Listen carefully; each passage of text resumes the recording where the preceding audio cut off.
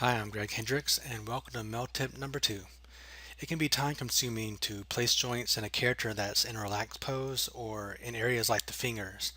Normally, you would have to place a joint and switch between many different views to get it exactly where you want it. So I'm going to show you how to write a script that creates a locator in the average position of your selection. That way you can easily snap the joint directly in the middle of an edge loop. So let me show you how the script works and how I use it in my workflow. So for example, I can select this edge and to select the edge ring, I can hold control, right click and hold, edge ring utilities to edge ring. So now I have this edge ring selected. I can run the script and it will place a locator right in the middle of that position. So let's say I want to put one in this elbow area. I can select all the edges in the elbow area, run the script, and it will place a locator right in the middle. And let's say I want to place a joint right in this edge ring right here.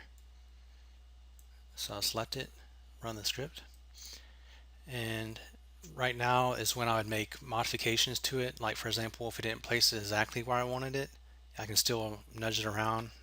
But at the very least, it gets you a really quick result to get in the general area where you want to place the joint. So once I get all my locators set up, I just hide the character, use my joint tool, and hold V to snap, and I just snap my joints to the locators. And then I'll set up the local rotation axis and all that stuff. So the advantage to doing it this way as opposed to a common suggestion is to use a skin cluster instead. So let me show you what that does and why I prefer this way. So let me select this edge ring again and go to hold control and hit F9 to switch to vertex mode, or to convert the selection to vertices, because the skin cluster command only works on vertices. So I'll do that. Go to create deformers, cluster, and this creates a cluster in the middle of that edge ring. But the drawback to doing it this way is that I have no freedom to nudge this cluster around like I do a locator. So if I nudge this around, it's going to move my mesh around, which isn't what I want. So instead of doing it that way, I prefer to use this locator method because it gives me freedom to make adjustments as I go along. So let me show you the source code and let me go over it line by line.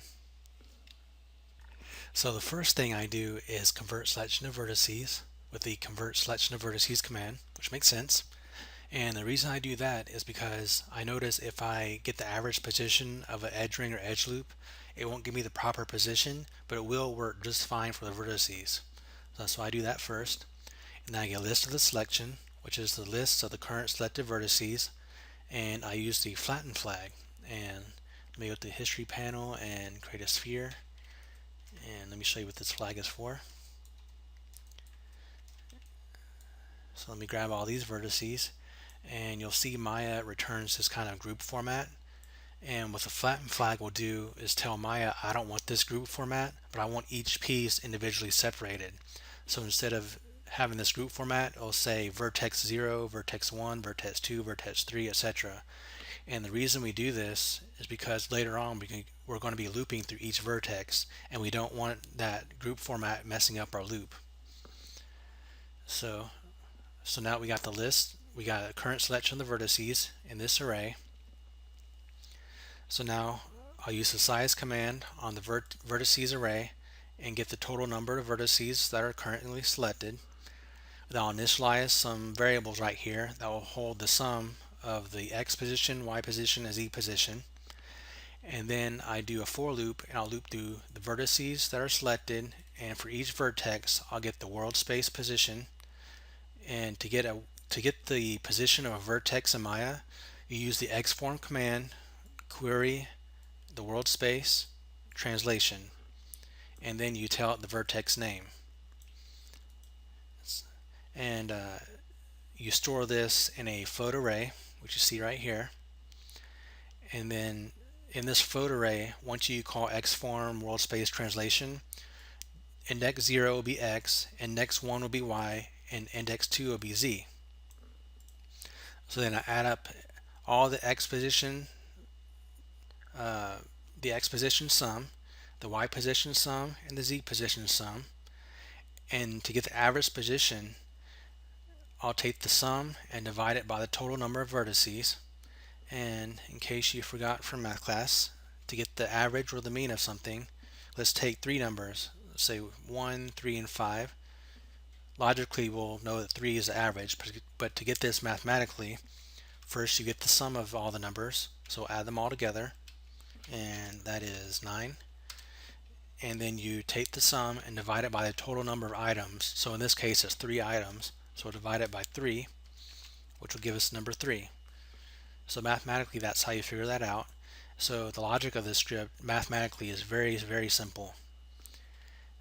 So once you get the average positions of x, y, and z, you'll use a space locator command with the position flag, and it'll give the x, y, and z average position, and then I'll center its pivot. That way it's easy to move around after it's made, because if you don't center its pivot, the pivot will be at the world space at 0, 0, 0, I think. So now you can easily move it around once it's created. So that wraps up this MEL tip. If you want to keep up to date on new tutorials, please hit the subscribe button. And thanks for watching, and I'll see you next time.